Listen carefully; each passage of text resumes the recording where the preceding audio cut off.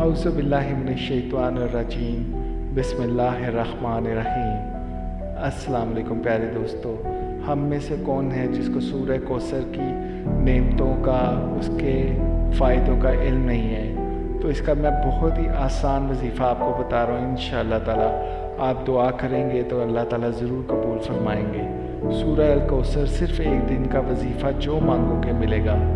یہ وظیفہ آپ نے صرف بروز اتوار کے دن ہی کیا کرنا ہے۔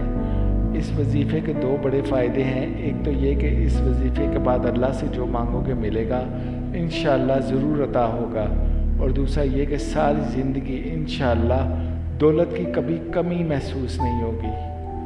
مجرب وظیفہ ہے بروز اتوار بعد نماز عصر سورۃ الکوثر 41 مرتبہ پڑھیں، اول و آخر 7 بار درود شریف بھی پڑھیں، تو انشاءاللہ تعالیٰ اللہ تعالیٰ آپ کی دعائیں ضرور قبول فرمائیں گے۔